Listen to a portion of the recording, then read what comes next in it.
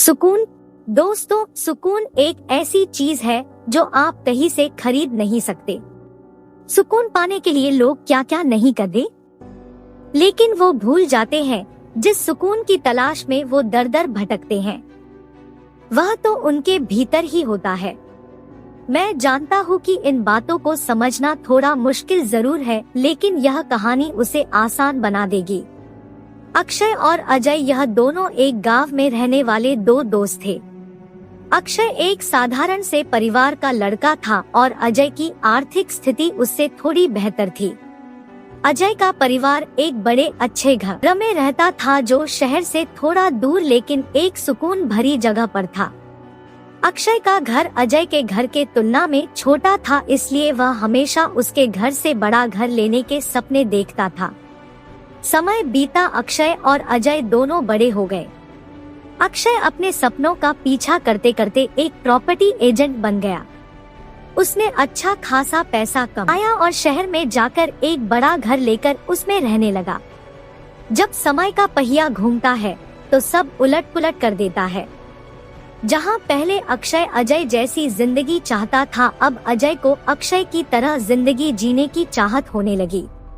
अजय को लगने लगा कि अक्षय कितना लक्की है जो उसको इस गांव से दूर शहर में सारे ऐशो आराम और सुकून की जिंदगी मिली है। ऐसे विचारों ने अब अजय की नींदें उड़ाकर रख दी थी। उसे अब कुछ भी करके अक्षय की ही तरह शहर में जाकर बसना था। काफी दिन परेशान रहने के बाद आखिरकार एक दिन अजय ने अपना मन बना ही लिया और उसने अपना गांव का घर बेचकर उससे जो पैसे मिलेंगे उनसे शहर में घर खरीदने का सोचा। क्योंकि अक्षय एक प्रॉपर्टी एजेंट था तो अजय ने अक्षय को ही फोन लगाकर कहा कि भाई, मेरा घर बेचना है, तो कोई अच्छा सा ग्राहक हो तो बताना।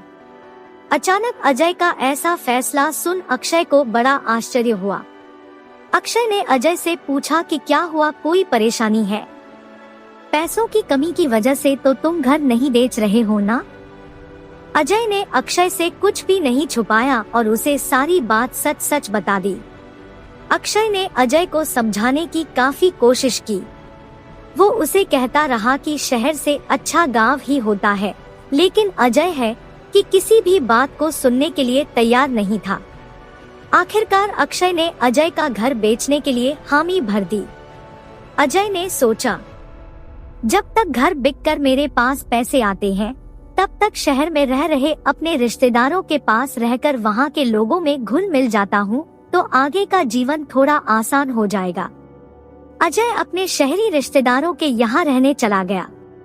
उनके साथ रहने पर अजय ने महसूस किया कि शहर की भागदौड़, पॉल्यूशन और शोर में वह उस सुकून को कभी नहीं हासिल कर सकता जिसके लिए वह गांव छोड़कर जाने वाला है।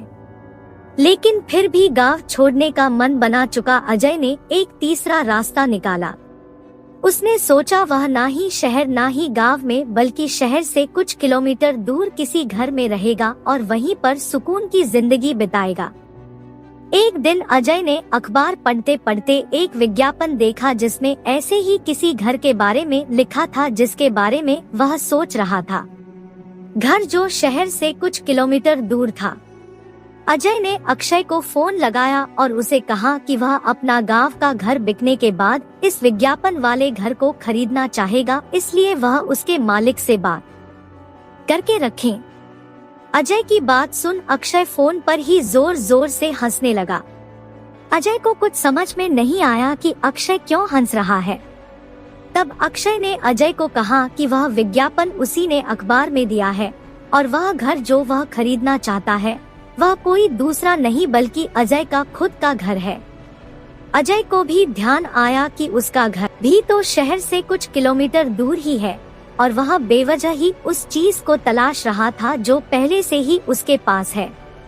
दोस्तों, यह कहानी सिर्फ अजय की नहीं है, यह कहानी है मेरी, आपकी और हमारे आसपास रहने वाले सभी लोगों की जो कभी ना कभी अपने पास जो है उन वस्तुओं का मूल्य नहीं करते या फिर जो अपने पास है उसकी कीमत कम आंकते हैं।